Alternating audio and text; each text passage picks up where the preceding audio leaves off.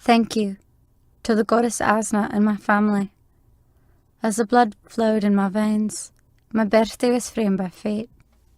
As the gods gave me life, I lived but a short time within my mother's arms, a momentary comfort before her heart stopped and her body began to cool. I had departed from her womb only to arrive at a room of confused voices.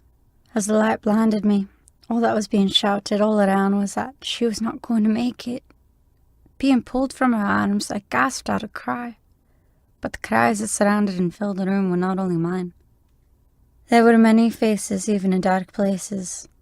I sought comfort again in another's arms, and there I yearned. Wrapping me in comfort, there I knew I belonged. That night was full of thunder and storms, which was not the norm.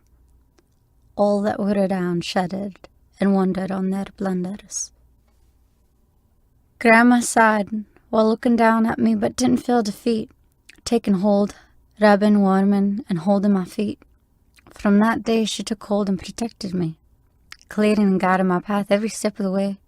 This was the test she took on that day. As days went by, it seemed that they had done so quickly. There were many nights of hunger and many nights of wonder, wondering where this great God that everyone so enjoyed praying and singing to was. Looking always to an empty plate, feeding my empty mouth with fake pretend cake. I always wondered why God was so late.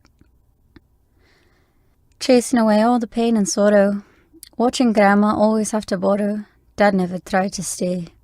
I can't really remember one day. But still the bills needed to be paid, and so Grandmother always had to go away. Never any time to play. Work had to be done. Never any time for fun. Just thoughts of disdain came our way, but still I called upon God's name. All in vain. All had remained the same. Placed in a never-ending story called life, living alongside the living with great strife.